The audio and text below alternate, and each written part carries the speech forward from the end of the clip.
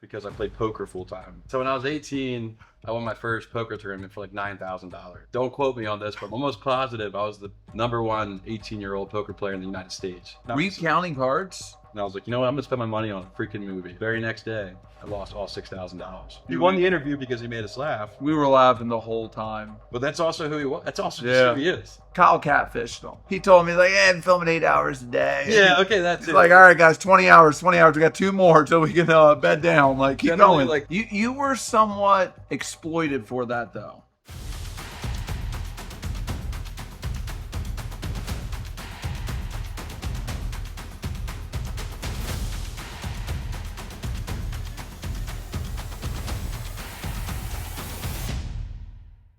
Welcome to today's episode of the Final Agent Podcast, Season 1, Episode 2. Producer Kyle, he's back. We had me, him, and Brock on the first one. If you haven't watched that, go watch it. Great. So much information in that. It took me 14 hours to edit. Kyle was just so busy with the editing of Season 1 of the Final Agent, he had no time to do it. That's right. I think of the show as like our child. We were two like gay dads.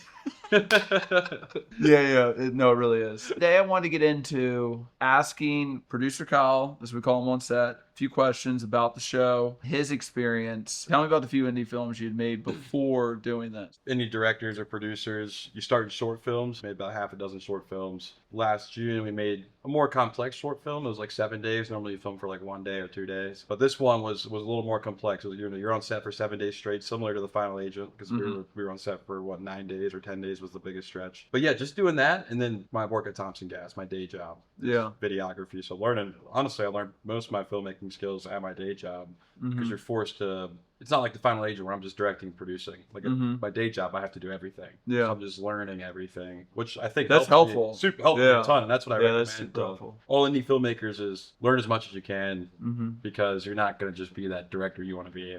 Maybe you will one day, but you need to learn everything you can to get to that point. So you went to college for film. Yep. What made you want to do that? So I went to college initially. I mean, we'll get into this a little bit, but producer Kyle has a bit of a different background. So went to college initially for math because I played poker full time. Really? Yes. When I was 18. I didn't know this. You didn't know this? No. Yeah. So when I was 18, I won my first poker tournament for like $9,000. Really? And don't quote me on this, but I'm almost positive I was the #1 18-year-old poker player in the United States. Really? Because you have to be 21 to gamble, and I won this tournament at an Indian reservation up in New York City. No. So if you're at an Indian reservation, you can be 18 plus. But most 18-year-olds don't go gamble because they're just out of high school. I knew none of this. You didn't know this? I didn't know any of No, this. so I'll get to this. This is what I tell a lot of my friends recently. Won that $9,000. Played poker. Went down to Fort Lauderdale. Played there for like 3 months straight. There's no Indian reservation. Not there, but but you had to be 21 to play blackjack there. Oh. But poker, for some reason, Florida laws, 18 plus. So you can Really? walk into any casino and play poker, yeah. And honestly, the casinos in Florida don't even ID you because of that law. So I was just walking in, and nobody would really say anything. I could have played blackjack if I wanted to, but I just played poker. Yeah. So I made like, I don't know, a lot of money, 30 to 50K when I was down in Fort Lauderdale. Really? Yeah, a ton of money. Are you still really good? Yeah, but I don't play anymore because this takes up all my time. But we'll be back one day. We need more funding for the show. Yeah. So we could do it. Yeah, I think we should. The World Series is happening right now. So anyways, I made a ton of money, but I asked myself this question because I had dropped out of school at this point. I went to school for just that first semester, but I just didn't And that was for film? It was for math at the time. I was gonna okay. That's right. That's right. A math teacher. But my girlfriend at the time had broken up with me. I just wasn't really fitting into the whole college lifestyle. So anyways, went to Florida, made a shit ton of money. Then I realized down there, I'm not fitting in there because I'm playing poker with a bunch of old guys every day. Not really getting to meet any friends my age, this, that, and the other. Came back to school, I didn't want to I know I was really good at math, but it was kind of getting too intense to do the classes. So I was like, let me do something that's fun so I can keep playing poker on the side. And Were you counting cards? No, you're just playing against people. Like imagine like me, you, Brock, Zoe, and T. Willie all sit down. Yeah. You're not playing against the casino. You're playing against each other. Yeah, no, I've been to a casino. I don't really play or anything, but if you were going to school for math, it would make sense, like a Rain Man situation. I know how to do that. What's the show? Tom Cruise and what's his name? Rain Man. Rain Man, yeah. His brother. So you were like Rain Man, like counting cards. Yeah. I mean, I could do that. Never counted cards, though. All this said, I changed to film. And in film school, you make a lot of terrible short films. They're nothing like I would categorize my films as. Like my films I spent thousands of dollars on. Film school, like you have the school's equipment, the school's people, the actors are from the acting class. Like it's all just like kind of a YouTube video type show.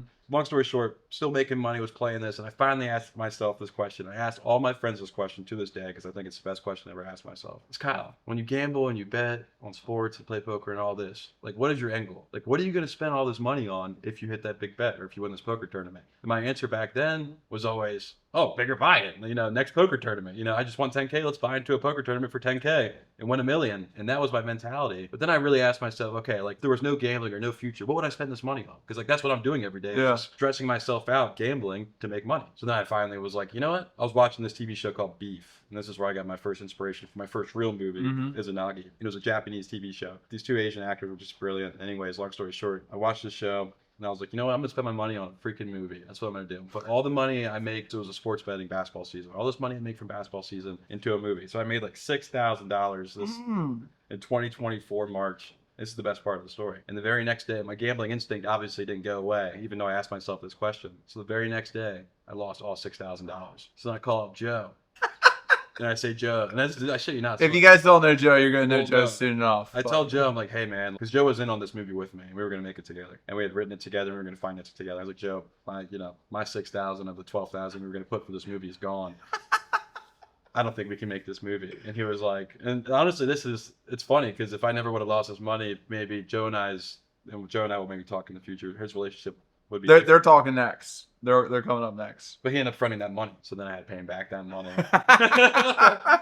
And then a gambler and his debt. Yeah, so then we end up being like 10,000. End up using my student loans to pay off that. So end up being like 10 to 15,000 in debt on this first shitty movie we did. Oh, this is great. So then the second movie comes around. I didn't want to feel that way, financially obligated to somebody else again. So I was like, all right, this time I'm just gonna make it myself. And also I wanted to write it myself. Because when you're writing with somebody else, it's harder. It's harder. Yeah. You're always gonna be clashing on decisions. So second movie, spent like 4,000 on that, and somehow Joe still got involved, and he had like a little equity percentage though. Like he put up some of his money for a percentage. One day when we sell this TV show, I think we'll go back and we'll sell all these movies we made because they're great ideas, but we just didn't have the voice back then. So anyways, that's kind of my whole spiel on how I got into movies and filmmaking. I'm so glad I got into it in college because at college, like everyone is like a kid, and until you spend your own money on something, you realize like, okay, this isn't like for fun. Like this is like us chasing dreams and like doing something that's pretty serious. So I'm glad I learned it in college because the competition was just so far below us. Like we paid for our own projects. Like these kids were crowdfunding for like $1,000 movies.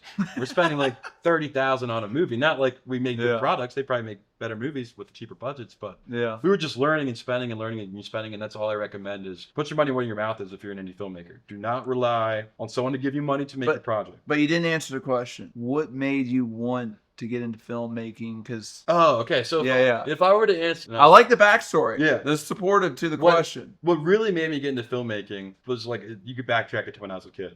And I tell this story all the time too. So it's like that feeling. You watch a movie, you sit down in the theaters or you're at home or whatever, and you watch a movie. When the credits roll, there's like this feeling inside of you that you can't explain. And like in recent movies like F1, you just watch F1, Brad Pitt. It's so good. You hop in your car on the way home, you're behind the wheel, and like you just feel like you're in the movie. It's inspirational. It's inspiring. It makes you if I get in a funk, like I love watching a really good movie because it takes me out of that and like inspires me again. Exactly. Go work more, go do whatever, take a risk, do something. Form of media and storytelling.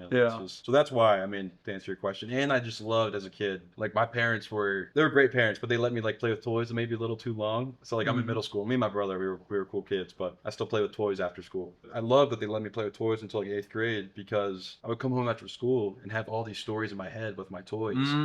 Like that creative freedom, like it's just, you don't see that a lot nowadays. Kids are on their iPads, they're not really playing with toys. You have AI that blocks your creative, output. I kind of cherish that too. And like one day, this is my ultimate dream, is to make films with my kids because I know that mind I had as a kid was so pure and so creative. Like I was like playing with Star Wars toys and I was like, this would be the best Star Wars sequel ever. And then Disney goes and makes a Star Wars sequel that sucks. And it's like, little Kyle could have made. Then you get to the real world and you get beat up. And you're like, that would never work. Exactly. Can't do that. It's not realistic. Exactly. Yeah, no, that's so true. But that's kind of that spiel on that. And I've never slowed down. One other thing I'll say about filmmaking is, I think I might have mentioned this to you on the phone, is when you're making movies, social media is such a big thing nowadays. So go out there and make your movie, yes. But hire someone to shoot behind the scenes for your movie and then explain the process of your filmmaking Yeah. and learn from that process, because the behind the scenes is almost more important than the final product itself, and they coexist so nicely. So yeah, that's my advice to anybody that's watching. And find clients, find people that will give you the opportunity. I mean,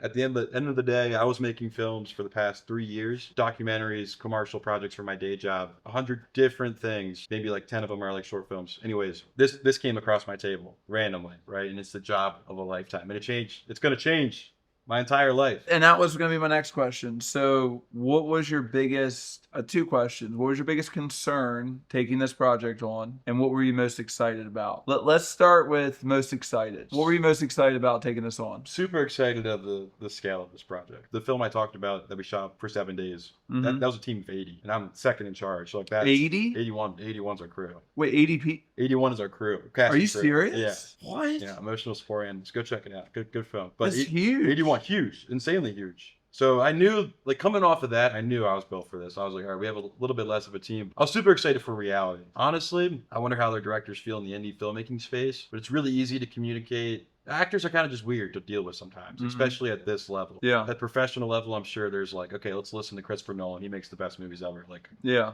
but at this level, it's like there's some bite back sometimes. So I was really excited to work with just personalities, not having to tell people to act a certain way, because that's what I'm great at. Well, you tried telling me in the first episode. Well, you needed to, because it was different. And We had an outline with the first episode to where there were just certain things that had to be said yeah. to set the scene for the show. I didn't want to do it. And we can talk, and that's so funny because I want to talk about this, because I'm sure a lot of people at home, I'm driving here and I'm wondering, what are people wondering about this podcast? And a lot of people are about the show. And a lot of people are wondering, is it scripted? Or about reality in general. Is reality TV scripted? And as I go back and watch footage, I watched one of the contestants say it was. Angel, will cut him out. But he said, he was like, this is scripted. It's not scripted. It's just we put people in situations, and the cameras are already there, and we're rolling before the situation happens, and they're dealing with that situation in real time. Yeah. They don't know what that situation was. They're just dealing with it. And I think, I don't want to spoil this. We could beat around the bush here. No, I want to add some context to that. The first episode, that first challenge, we actually did this with every single challenge. The contestants never knew what was about to happen. Even while it was happening, in the first challenge, people would come down, and then we would tell them as they were standing in front of us about to go, we tell them exactly what they were about to do. Here's the time on the clock, go. Yeah. And they'd have 10 seconds, 15 seconds to prepare. So there's no script. Yeah. And speaking just in that scenario, the scripted part of that is your dialogue. Yeah, me saying, hey, right now, here's what you're about to do. You have 90 seconds to pitch this. Go. The reason why I wanted to practice with Luke beforehand to make sure he said the right stuff is because the contestants are hearing it for the first time. It's unscripted. So we have to make sure that they understand the competition. And then most importantly, we got to make sure that you guys, the people at home, understand what's going everything. On. Yeah, exactly. And can follow along. Yeah. So. Now, you have to have an outline. Our editor, Paul, he helped with, well, he basically started Big Brother. Yeah. He was part of for the first beginning. 3 seasons or so. Survivor. But Big Brother, it's one of those shows where they just throw people in. I wonder if they instigate or what goes on there. That's one of the only places, like, we had to have an outline of, like, the challenges and, how that was going to play out so we could judge people properly and all. Exactly. But yeah, there was no script to the rest of it. It's just pure chaos. Yeah, it's just day outlines. And even our day outlines would change all the time. Weather, sickness. Constantly They would change. just change. So I remember at one point, and I want to bring Trent on here at some point, but it was towards the end, like the last 4 days, I would just tell Trent, I'm like, Trent, do whatever you want. I don't even care anymore. You want to change this competition? Do it. I don't care. I'm done. I'm so sick of this. Yeah. Like, whatever you want to do. If you can bullet point that, what were you most excited about taking the show on? I mean, a million things. It's just so exciting. Like, Biggest one. Just first thing that comes to mind. the scale. Okay, the scale. Size. Yeah. Working with that many cameras, that many people, all this stuff happening at once. The experience I was going to gain from this. I mean, the future of it too, though. It's just so exciting. It's like, all right, you're diving into a project that's different than my short films. I believe in my short films every single time I go into them. I'm like, all right, this shit's going to sell. I'm going to make a feature film, Yeah. This one was different. It was like, all right, we're getting paid a lot of money to be here and do this and perform. That's because the person who's financing all this believes it can be on TV. Yeah. So, like, we all need to believe it's on TV. And I think that's, like, a different kind of belief. Right? It's the going whole to be time. on TV. You're just, the whole time you're on set, it's like, all right, this is going to be on TV. Like, we're hyper-focused. It's got to be right. Yeah, everything's got to be correct. And it was just, it was a blast to have, too. I mean, managing that many people, even though stuff went wrong here and there, like, it was a blast. It was a blast. Yeah. I would do it again in a heartbeat. What was your biggest concern going into it? Concern, I mean, budget, obviously. Like, I think Being able to get everything done within like yeah, like, I mean, this is our first time doing TV, first time doing reality. Both new things to us. And I think we're concerned about a lot of things. Like, budget, we had a nice budget, but still a lot of new gear we're working with for the first time. We're concerned if the contestants are going to like what we're throwing at them. We're concerned about a lot of things. I mean, Well, that was actually a huge concern of yours. Where, and I think I mentioned this in the last episode of this. You know, they fought me. Like you fought me on Oh, a bunch yeah, of a lot things of I things. wanted to do because Yeah. you were and that you said it right there. Like you were concerned how the contestants were going to handle it, and obviously it worked great. or the crew. True, 'Cause, yeah. like, if you send, for example, filming in the middle of winter, but if you want to torture the contestants and send them out into the snow, you still got to send a camera and a sound guy out with them.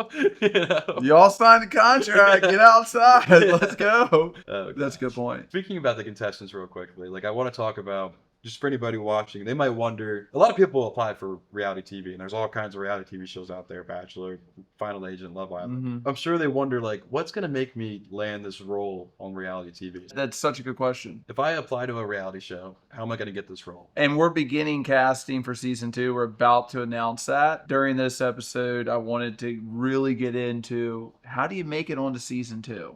And how did we decide on our contestants for season 1? Because our contestants for season 1 were amazing. So good in every possible way. I actually had like an hour-long conversation yesterday about this. How meticulous and detailed we were. And we got lucky a little bit, last minute with certain people. Yeah. But we were super particular about each person, what they brought to the show. We didn't want anyone to be the same, personality-wise. We were so cautious and meticulous with the way we selected people. So let's get into that. And you as Kyle, I want to give credit to him. The first time... I love casting. All right. The first time he really impressed me was when we sat down for Casting day. the live casting day in person auditions, and his questions were just really, really good. He basically did the whole thing until I stopped him a few times, yelled at some people. You come at the end. I tore that one guy up and kicked him out. Yeah. But yeah, Kyle just had super, super good questions. So let's get into that. If someone's watching right now, they're thinking about coming on season 2. Tell them what you're looking for. I think after going through the show, to be honest, and like looking at all of the contestants that were on it, I'm looking for someone who is just a unique personality, because we're not looking for someone to be somebody different. Mm-hmm. So like, let's speak on, and this is not spoiling anything, but let's speak on Jared. Yeah. Right. Jared comes in, he's smiling, he's laughing. Jared on set, the same goofball. He's smiling and laughing. He's not playing two different characters. Nope. That is just who he is. Yep. And even if we look at Kyle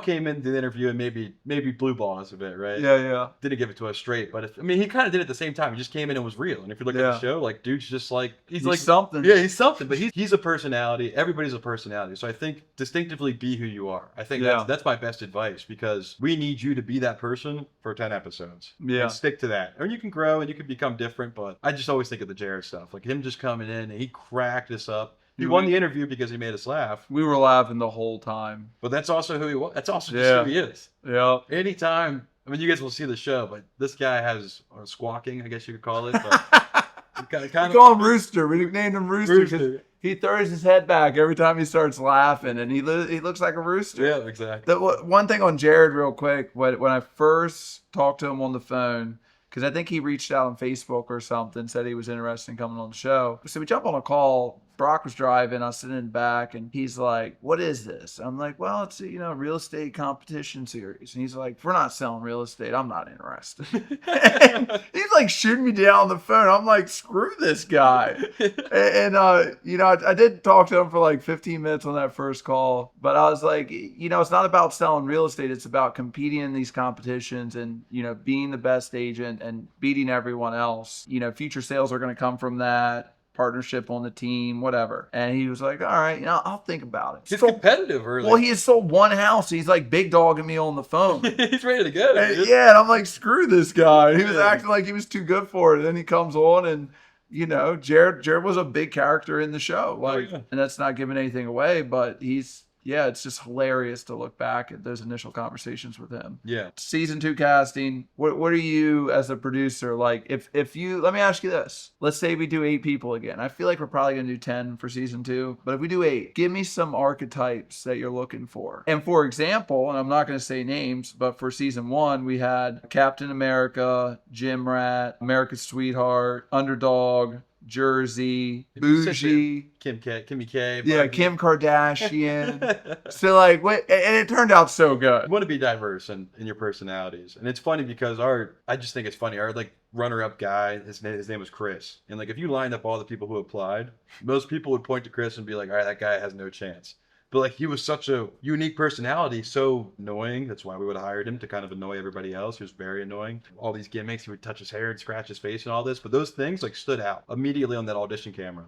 And I knew America, they would catch up on those things, and the other contestants would they would piss them off. What we're looking for, that I think we didn't have as much, but I don't want to spoil too much. But we need a risky person. We need someone who's either down to get a little romantically risky, or I do not condone that sort of behavior. Or get a little risky with like backstabbing. Yeah, you guys will see it. But the competitions didn't have a ton of the rules, and I think if people would have tried to find that way around a certain thing, we would have let it slide. And it was interesting. Well, Talon told me yesterday that she got caught cheating. And I sort of knew it. Oh, yeah. And that was good. That was actually great. I sort of knew of that. But she was like, we begged Joe not to tell you. We're like, we'll do anything, Joe. Like, don't tell Luke. I was like, I don't care. That's actually kind of cool. Like, you guys tried. They tried to cheat. Yeah. So like, they tried to get a one-up. Yeah, there was this competition, and you guys will see it, but all the competitions, sometimes we would separate people so they didn't get spoiled on what the competition was about. They're like peeking over this balcony to Leah and Talon. She was hiding under a bed. Yeah, she was from Joe. They're listening to the answers from this other team. And anyways, it actually would have helped them if they cheated. If they would have fallen. Yeah, they wouldn't remember. But yeah, that's what I think we're looking for. People that are like, you got to just be like an interesting personality, but you can also be a closed off personality. Like, I wouldn't say like being outgoing or like crazy is going to help you get the job. Being a silent killer is just equally going to get you the chance. Well, one thing that someone did very wrong when they came into the auditions, it was that girl, and all she could really say was, "I'm going to be a star. I'm going to be a star." Which one was this? I don't know. She just kept saying like, "I'm going to be a star." Oh, yes. And she had no substance. Like, there was no story behind it. There was nothing besides her being like, "I'm going to win. I'm going to be a star. Yep.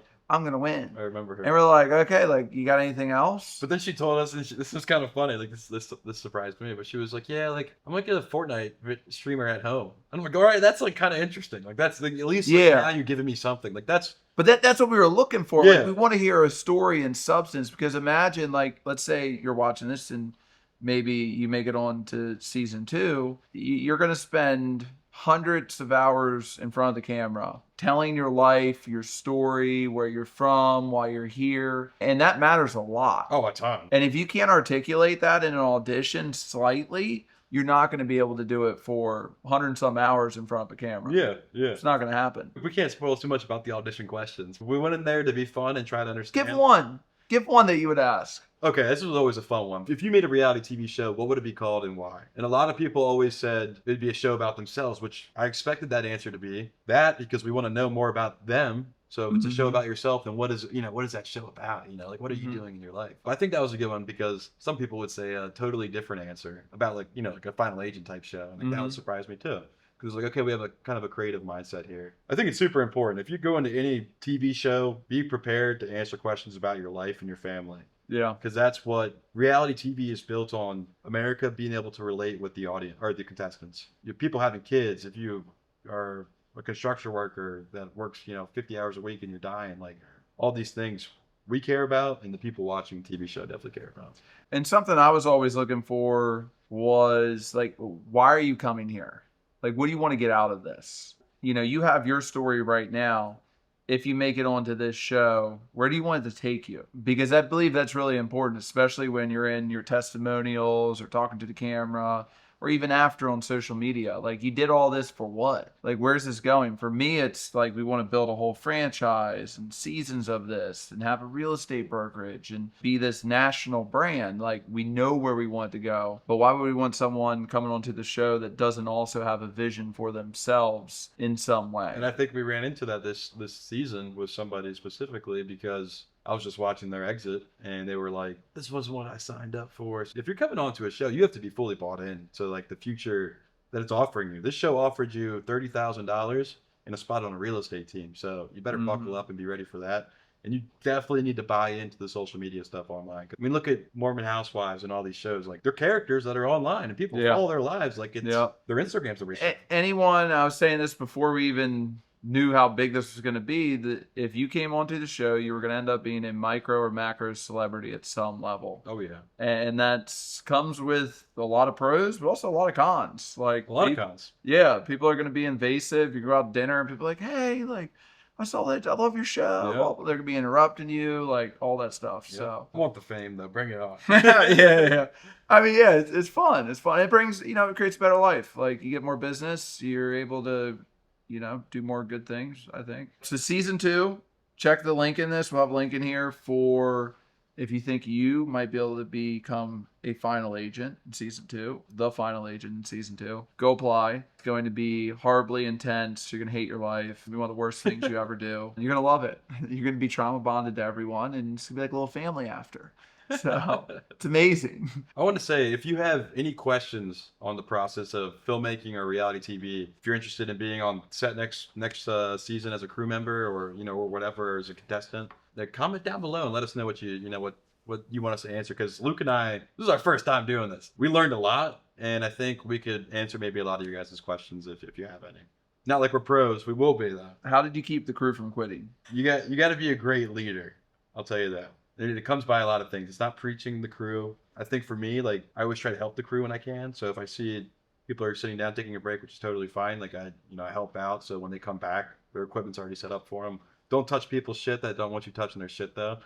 That's also like on these big movie sets, you would never see a director touching camera people's stuff. Mm-hmm. You were somewhat exploited for that though, in my opinion, to where Kyle was really helpful in the first day or two, and then I noticed that people almost perceived him as being a little too nice. That quickly changed up. Yeah, so where Kyle would help you, but he also wasn't going to let you slack off, and he started cranking down on a bunch of people really quickly. Started cracking the whip. Yeah, you got to lock in, and then if you're that person, it's hard for you not to want to get back in the race and help out when you see your leader, taking on so much work. But also, I mean, I look at it like this: I try to get everyone bought in, just like we're talking about, getting the contestants bought in. You're on a TV show. Let's get on TV, guys.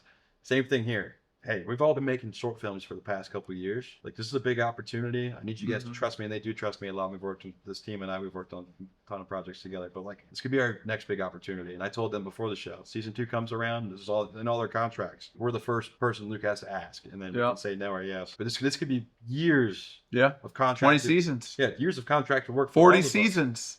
And it's not like we all love reality TV and whatnot. We know this is the step. Credit to Kyle, I watched him become a super strong leader on set with his crew, and he pushed them hard. We had many conversations, like Quentin Tarantino, one of the best producer directors of all time. He's both, right? Wouldn't he be a producer? Mostly director, right? Director, okay. Yeah. But he's terrible to be on set with, but he makes the best movies. Yeah, because he's strict. Yeah, he's super. He pushes his people really hard. So I was like, Kyle, push them. And I think I think my team did a great job. It's funny because all the short films we did, it's on my dollar, but it's also they're fun. Yeah. And this wasn't fun. Yeah, we were hired, and I think that was a big thing. It's all right, guys, we're all getting paid really good money to be here, so we have to kind of lock in here. Kyle catfished them. Yeah. He told me I'm filming 8 hours a day. Yeah, okay, that's it. All right, guys, 20 hours. We got 2 more till we can bed down. Keep Generally, going. 12 hours is your max, and we were going for 20. Yeah. And that's the thing though too. I was, besides the last couple of days, always the first one awake, always the last one asleep. So you kind of set that standard. All right, if you guys don't want to, I'm working all the hours, so you guys got to work them too. Yeah. It was tough. It was tough. Anything else you can think of? This project has been an absolute blessing for me. So obviously you've heard this before, but in this filmmaking industry, if any opportunity comes your way, at least look at it and give it the light of day. Because this project wasn't always the final agent. I did look at it. It was some bachelor show. Processed it, built it, and now we're here where we're at. So we developed it to where we're at today. So take the opportunity if it comes to you, because you never know what you're going to have on the other side of the horizon. And we put this together so quick, and it took everybody. If I ever say something about, we had to push the crew harder. I'm not talking crap on them. It was ridiculous what everyone was asked to do. Everyone gave a ton, even people that weren't supposed to. Kyle's fiance, she was doing all of Kyle's legal work, she's doing everything, cooking tons and tons of stuff. Yeah. So there were so many people involved that did so much more than they were ever asked. And that I remember being really emotional about it after the show, because I was like, wow, like we actually pulled that off, and it took everyone. It takes every ounce of effort. Even on Obsession, the set designer recently or somebody was like, I was the car PA this day and I was the set designer this day. But that's how it was on our show. Yeah, that's how you know? we had people driving that were never like, make Joe drive or something. Executive producer, like he's driving, running to get food, doing this, doing that. Like we were just he was driving everywhere. the bus. Yeah, me as the host, like I was doing 20 different You were things driving, at all times. Brock's a co-star, he's a camera guy. Like there's just like everyone's so wearing many multiple things. hats. And that was probably like the most difficult, stressful part. It was just so many different things. You forget one thing that screws up the next thing, and that's domino effect. Yeah. It's terrible. Okay. I did not read these, but there is 10 rapid fire questions. They're going to be yes or no answer for Kyle or for myself that Kyle's about to ask me. Did someone almost quit the competition? Yes. Did someone get eliminated that completely shocked you? Yes. No. That's what I was expecting. Did production ever stop filming because something unexpected happened? No. Yes. Yes. Yeah. Oh, yeah. Yeah, oh, definitely did. Yeah. I was going to say. Yeah. Was there a contestant you were 100% wrong about on day one? Yes. A couple? Yes. Did anyone break down emotionally during filming? Absolutely. Did you? Yes. This is great. Was there a challenge that almost didn't happen? Yes. Many. Probably a couple, yeah. Many. Probably a couple that did. I want to jump out of a plane. That didn't happen. Yeah. It's too cold. Did someone earn your respect far more than you expected, besides me? Absolutely. A couple people? Yeah. Okay. Were there moments too intense to fully show on TV? Yes. Yes. I had to think about that. I have a couple. Yeah, yes. So the funny thing about being a producer is you have these people who come up, the contestants, and they're like, hey, Kyle, can you not include this shot? And, of course, a couple we won't include. Yeah. That just brought a bunch back. Yes, there's a bunch, yeah. If you could eliminate people, would you? Oh, yeah. Our show, we didn't eliminate people. We just let them quit. People self-eliminate. Yeah, we just let them quit. Yeah. I like them to stay and just suffer. Yeah. All in one spot, continuously. No break. Yeah, and just show that on TV. That's what we're looking for. Show it. That's what you guys are coming for. After filming ended, did your opinion of any contestant completely change? Yes. Okay, after filming ended, how did you feel? Let me ask you this. Not yes or no. Greatest feeling of my life. And how do you feel now? Ooh. It's summits and valleys. This is what I say. Post-production is the most important stage of filmmaking because the other stages, on the indie filmmaking level, but the other stages were binded by deadlines. Like pre-production, January 6th we're filming. We have to turbo. We have to send emails and shit. Production, January 27th we're done filming. Yeah. We have to film everybody's time before then. Yeah. Post-production, everybody just have fun. You know, it's like the deadline portion it kills you. So the deadlines. That's why post-production. Well, no, I think post-production is worse than pre-production or production. Combined. Yeah. Post-production is by far it's horrible. It's terrible. Yeah, because there's no it's just a money drain. It's terrible. You just want to see the final product. Yeah. And you're waiting for that. And there's so many options in post-production. On production, it's like, all right, we could film the scene this way, or we can do this competition or this competition on this day. But there's not many options. In post-production, it's like probably infinite possibilities of ways you can edit this. Yeah. All right, my turn. Last segment here, rapid fire for Mr. Kyle, the producer. You just answer this yes or no. All right. Don't gonna go into anything. Okay. Yes or no. Yes or Quick. No. Number one. Did you ever think we were going to finish filming the show? Yes. Why? Why'd you hesitate? The question kind of confused me the way it was worded, but yes. There were days where I knew we were finishing. It was no matter what. Was there a day where everything seemed to go wrong? Yes. How many? Just one. No, I'd say many. There were quite a few days. 2 days. 2 days. But one really. Did production ever have to completely change the plan at the last minute? Yes, all the time. Did a contestant surprise you more than anyone else? Yes, actually. Who? Out of the contestants? Yeah. All of them. And then you give me one. Surprised you most. I think Mike shocked me a lot. Okay, that's good. In a bad way.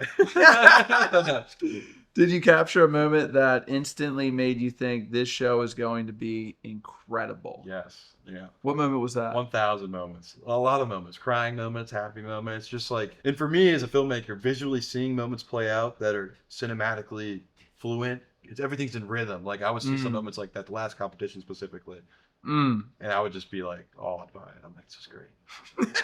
And those are little I remember Kyle about halfway through, he kept coming to me. He's like, dude, this thing's so good. This Well, is so, you would get so excited. Yeah, I would Like, get- this is I would get incredible. so excited. And like, Yeah. I'll never forget this. Filming, I'll just call her out, but filming Aaliyah's competition on the final day. To speak about this competition, the camera team was moving. So sometimes the camera would be still and you're just filming them talking, but this time you're moving. And it was a fucking dance. Like, sorry for cussing, but I remember getting hyped after it. And I was like, guys, we just danced, you know? Like, this is what you're I supposed to remember do. that. Was there footage that was too good to leave out, but you simply couldn't fit it into the episodes? Yes, that's going to happen. Tons. That's going to happen. There's tons. Yeah. Like 300 hours of footage. Yeah. Did you ever lose sleep over production during filming? Yes. It didn't affect me, though. That's a terrible question because, of course, I'm very rare. It doesn't affect me. Kyle's built for it. Yep. Nicotine and caffeine. Yep. If you could go back, would you change anything about how season 1 was filmed? Yeah, I'd change a good bit. What would it be? I would add more prep days and gear. I would change Time codes. time codes. Maybe add a little more people. Get rid of a couple people. I would change a lot. Yeah, no, we learned a ton. Yep. There's tons of things we do differently. Change a shit ton. After producing season 1, are you even more confident this show can become a major TV franchise? Yes, Me too. because I think we can all say it turned out way better than we expected. 1,000% better than I ever thought it was going to be. that Thank you, it? Kyle. All right, I better Appreciate you coming better on. come back to this. I feel like I got more to say at some point. You want? Nothing right now. No. Okay. I'm good. But Well, next episode is going to be producer Kyle and executive producer Joe, and we're going to watch those two cat fight here on the couch for about 45 minutes straight. So stay tuned for that. just like we did on set. Oh, they nonstop. They say, I'd be like, you two, cut it out. Stop fighting. Shorty and I at front so we can go finish this show. Let's go. Every night, 11 p.m. This would be. That's how you get it done, though. You need that. Oh, they're driving me crazy. But That's the real reason the show got done. Because of that barking. all the cat fighting. No, dude. So It's much. crazy. Yeah. It's literally, I'm going to put a cat fight sound in here. 'cause We should that's- make a reality show about us making the reality show. Oh my gosh. Dude, that'd be pretty good. You two would just fight I constantly. would do my confessionals at like 4 a.m. after doing my confessionals for the contestants. I That'd would be get no great. sleep. I would actually get no sleep. Yeah, I don't know if it'd work, but it's a great idea. Yeah. Stay tuned for more episodes. See you soon. See you soon. Ask us questions. Yo. Down below. Down below. Cut. Rolling. Cut. Favorite word on set? Spinning. Spinning, rolling.